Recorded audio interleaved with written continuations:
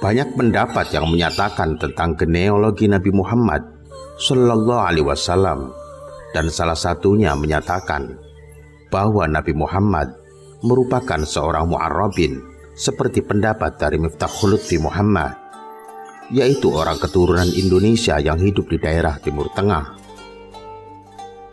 Jika benar pendapat ini, maka suatu anugerah yang besar buat bangsa Indonesia, bangsa yang saat ini sedang terpuruk dengan perilakunya yang sangat jauh akan hikmah dan kesopanan.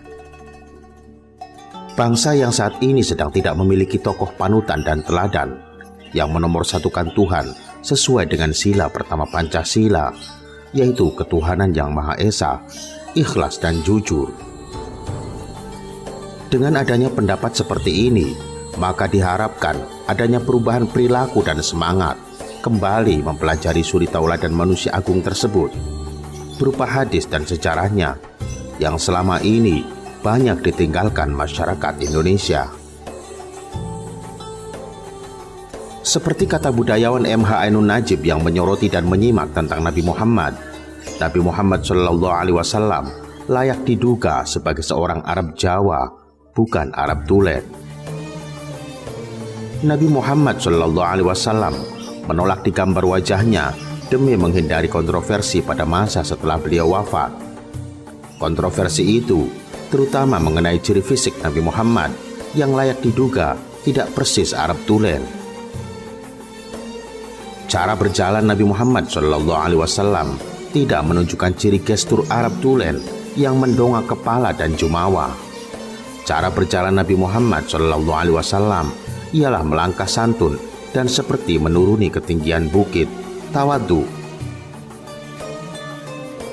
Cara berjalan Muhammad Sallallahu Alaihi Wasallam adalah berat badan atas condong ke depan atau membungkuk dan kaki kuat berkuda-kuda.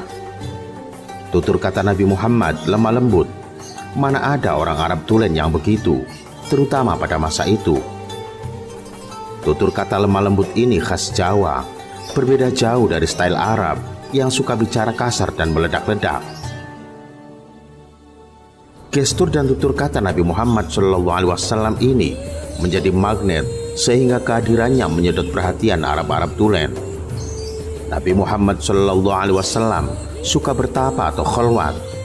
Bangsa Arab tulen tak punya tradisi ini. Bertapa itu adalah khas Jawa. Jika membicarakan tentang garis keturunan Nabi Muhammad Sallallahu Alaihi Wasallam, maka tidak akan jauh pembicaraannya dengan ibunda Siti Hajar dan Nabi Ismail alaihissalam. Dan perlu diketahui pula bahwa Nabi Ismail merupakan bahasa Ibrani, bukan asli bahasa Arab yang artinya hamba Tuhan.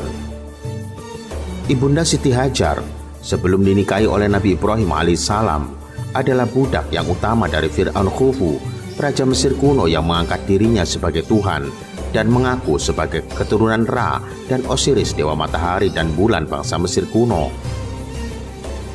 Fir'aun Khufu menganggap dirinya pantas menjadi Tuhan karena selama hidupnya tidak pernah sakit secara kasat mata, semacam pilek dan batuk dan sebagainya.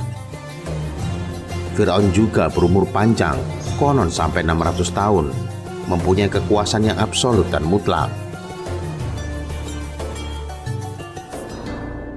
Pada waktu pemerintahannya, guna mendukung jalannya pemerintahan serta pembangunan bangunan monumental, maka Fir'aun Khufu memerlukan para penambang emas yang saat itu hanya manusia-manusia dari Suwarna Dwipa atau Pulau Emas, atau yang lebih dikenal dengan Pulau Sumatera saat ini, yang memiliki kemampuan dalam menggali dan menambang emas.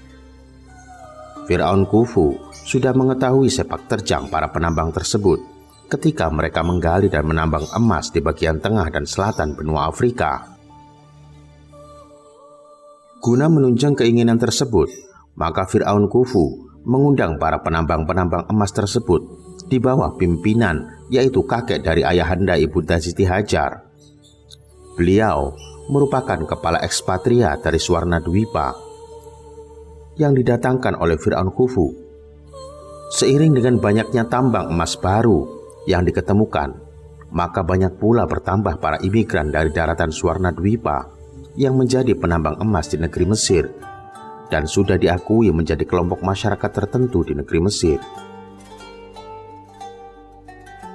Semakin absolutnya kekuasaan Fir'aun Khufu, maka semakin pula dia berbuat semena-mena, termasuk salah satunya adalah dia banyak meniduri para perawan dari rakyatnya. Tidak terkecuali dia tertarik oleh kecantikan Siti Hajar, meskipun beliau merupakan putri ekspatriat penambang emas yang terkemuka. Munculnya penyakit Raja Singa ini pertama kali yang mengidapnya adalah Fir'aun Khufu tersebut, karena hobinya yang menyimpang. Di samping itu pula, ketika si Fir'aun Khufu setelah meniduri perawan rakyatnya, maka dia akan menyunat perempuan tersebut. Selain itu, penyakit darah tinggi dan diabetes juga mengidap si raja tersebut dikarenakan memakan makanan yang lezat-lezat. Hal tersebut banyak merisaukan ayahanda Siti Hajar. Oleh karena itu, suatu ketika ayahanda Siti Hajar menawarkan kepada Fir'aun agar Siti Hajar dianggap sebagai keluarganya, agar ibunda Hajar tidak ditiduri oleh Fir'aun Khufu dengan catatan ayahanda Siti Hajar mencotorkan emas lebih banyak dan banyak menemukan tambang emas lagi. Pada saat itu, para permaisuri Fir'aun banyak yang menolak status ibunda Siti Hajar yang merupakan keturunan luar bangsa Mesir. Dan pada akhirnya, agar membedakan status ibunda Siti Hajar dengan para permaisuri, maka telinga ibunda Siti Hajar ditindik atau diberikan anting-anting. Maka anting-anting ini merupakan bentuk aksesoris ibunda Hajar yang pertama di dunia. Di samping, beliau pula yang mengenalkan sabuk untuk mengikat pinggang. Waktu pun berlalu, hingga kedatangan khalifah dagang yang dipimpin oleh Nabi Ibrahim, hingga si Fir'aun Khufu tertarik akan kecantikan ibunda Sarah, dan diboyonglah ibunda Sarah ke istana Fir'aun. Dan ketika akan ditiduri Fir'aun, tidak sanggup menggerakkan badannya, pun melepaskan ibunda Sarah dan memberikan salah satu anggota keluarganya sebagai pembantu ibunda Sarah, yaitu ibunda Hajar. Dan ibunda Hajar pun ikut rombongan dari Nabi Ibrahim yang kelak dinikahinya dan kemudian ditempatkan di Makkah, serta mempunyai anak yang bernama Ismail dan merupakan keturunan sebagai nabi penutup, yaitu Nabi Muhammad SAW.